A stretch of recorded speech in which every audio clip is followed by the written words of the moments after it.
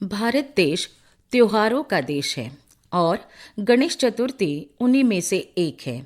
हिंदू मान्यता के अनुसार हर मांगलिक कार्य का शुभारंभ भगवान गणेश के पूजन से किया जाता है। गणेश का अर्थ होता है समस्त जीव जाति के ईश अर्थात स्वामी हो। वैदिक मत में सभी कार्य के आरंभ में जिस देवता के पूजन से होता है वही गणेश या विनायक है।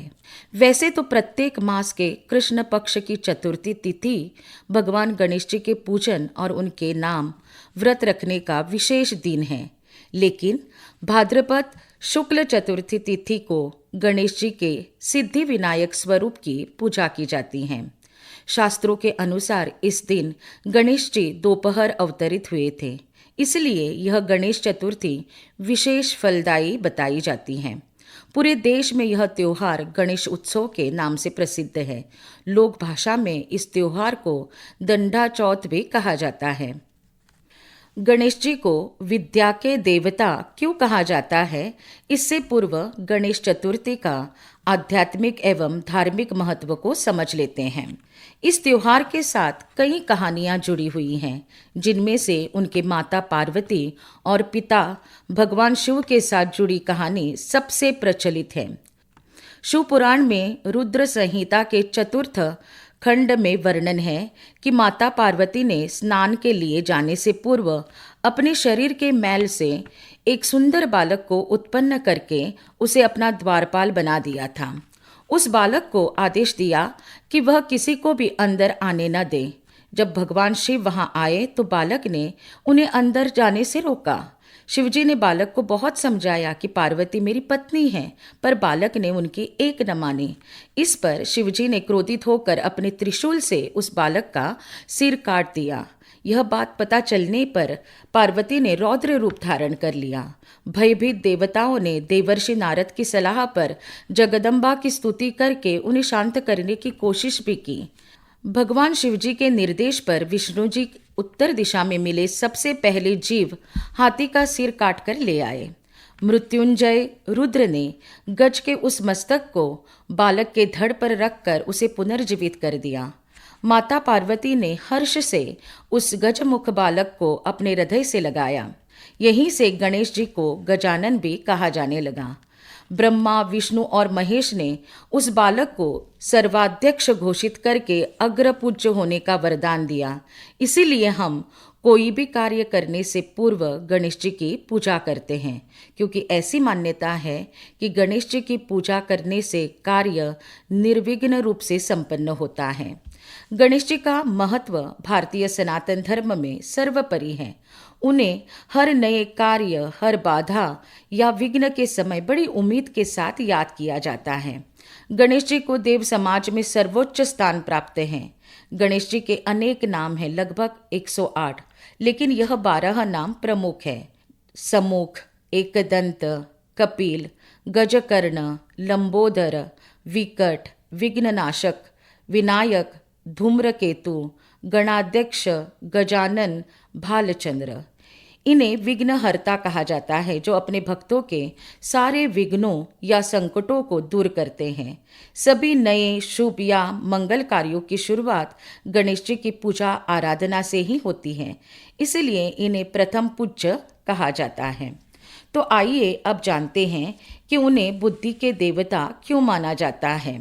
एक बार भगवान शिव और पार्वती ने अपने दोनों पुत्रों गणेश जी और कार्तिकेय जी को ब्रह्मांड के 3 चक्कर लगाकर वापस आने की चुनौती दी। उन्होंने दोनों पुत्रों से कहा कि जो भी इस चुनौती को पहले पूरा करेगा उसे ज्ञान के फल से सम्मानित किया जाएगा। कार्तिकेय अपना वाहन मोर लेकर उड़ चले, जबकि गणेश जी ने अपने माता पिता के चारों ओर 3 परिक्रमा की और उन्हें बताया कि उनके लिए तो पूरा ब्रह्मांड उनके माता पिता के चरणों में ही है। उसके इस उत्तर से भगवान शिव और माता पार्वती बहुत प्रभावित हुए और उन्होंने उसे ज्ञान का फल प्रदान किया। तब से गणेश जी को बुद्धि, ज्ञान और विद्या का देवता कहा जाने लगा। भगवान गणेश जी ने ऐसी लीला कर संसार को यह बताने की कोशिश की है कि एक बच्चे का सारा संसार उसके माता पिता ही होते हैं। भगवान गणेश जी बुद्धि और ज्ञान के देवता हैं, इसलिए विद्या आरंभ करने से पहले उन्हीं का ध्यान किया जाता है।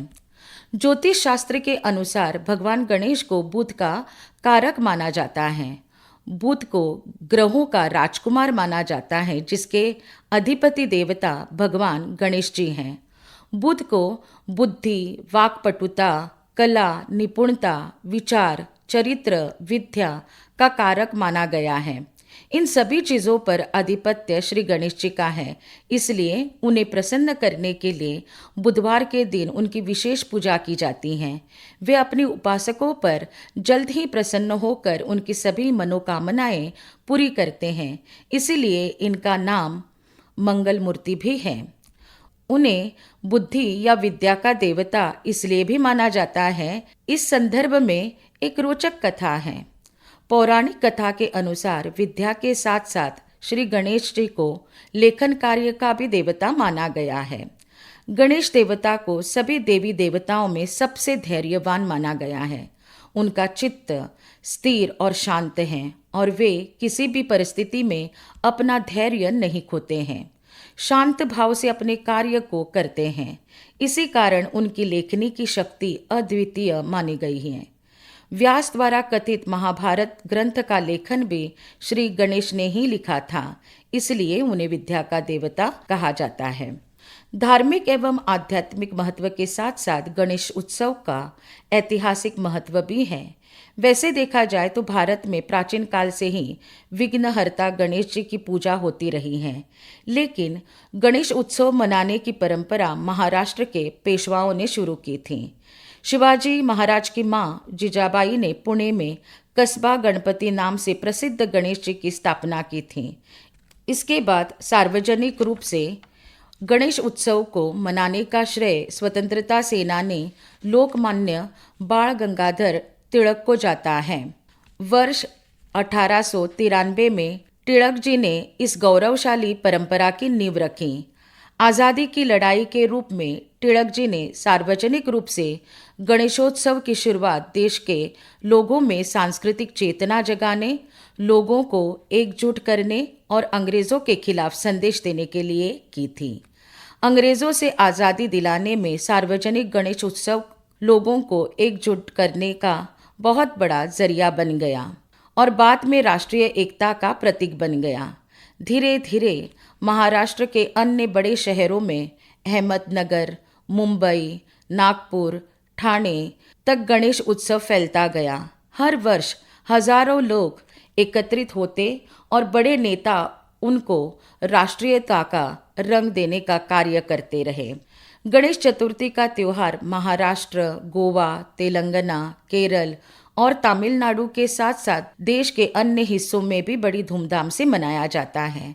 भगवान गणेश की पूजा भारत के अलावा विदेशों में भी होती है। नेपाल, चीन, जापान, श्रीलंका, इंडोनेशिया, थाईलैंड में भी उनकी पूजा की जाती है।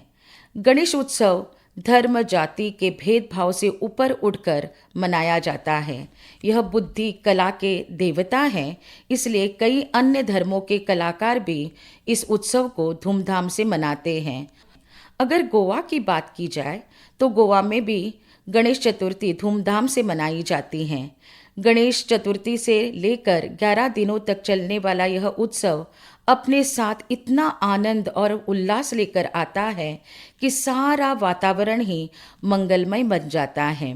गणेश चतुर्थी से 2-3 महीने पहले ही कारीगर भगवान गणेश की मिट्टी की मूर्तियां बनाना शुरू कर देते हैं।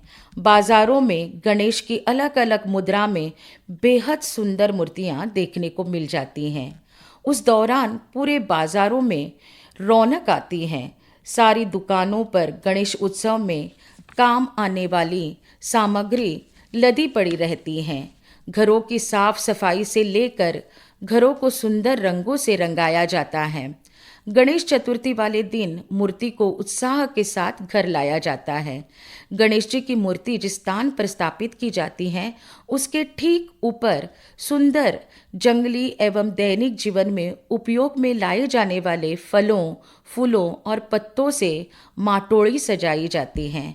विविध रंगों के फूल, फल और पत्तों से बनी यह माटोड़ी और भी चार चांद लगाती है। गणेश जी को मोदक बहुत ही प्रिय हैं, इसलिए गणेश को भोग चढ़ाने के लिए चावल के आटे, नारियल और गुड़ से मोदक बनाए जाते हैं। उस दौरान केवल गोवा के पारंपरिक भोजन व्यंजन बनाए जाते हैं। यहाँ का खास आकर्षण है घुमट आरती, जो गोवा के लोक वाद्य यंत्रों घुमट, ताशय और ताल के साथ गणेश की स्तुति में आरती गाई जाती हैं। यहाँ की औरतें शाम के वक्त फुगड़ी लोक नृत्य भी प्रस्तुत करती हैं और जो गोवा की लोक संस्कृति का प्रतीक है। परिवारों के अलावा यहाँ बड़े बड़े पंडाल खड़े कर सार्वजनिक गणेश उत्सव भी मनाया जाता है। यहाँ के लोग उत्साह के साथ यथाशक्ति कोई 1.5 दिन, कोई 5, 7, 9 तो कोई 11 दिन तक यह उत्सव मनाते हैं और फिर तालाब, नदी या सागर में मूर्ति का विसर्जन किया जाता है। इस त्योहार की खास बात यह भी है, रिश्तेदारों, मित्रों और पड़ोसियों की चहल पहल लगी रहती हैं। गोवा के हमारे मुस्लिम और ईसाई एवं अन्य धर्मों के लोग भी इस त्योहार में हिंदुओं के साथ शामिल होते हैं। इस दौरान पर्यटकों की भीड़ भी गोवा में लगी रहती है। बस चारों तरफ एक ही गूंज सुनाई देती है, गणपति बाप्पा मोरया, पुढच्या वर्षी लवकरिया। गणेश चतुर्थी की आप सभी को मेरी ओर से ढेर सारी शुभकामनाएं।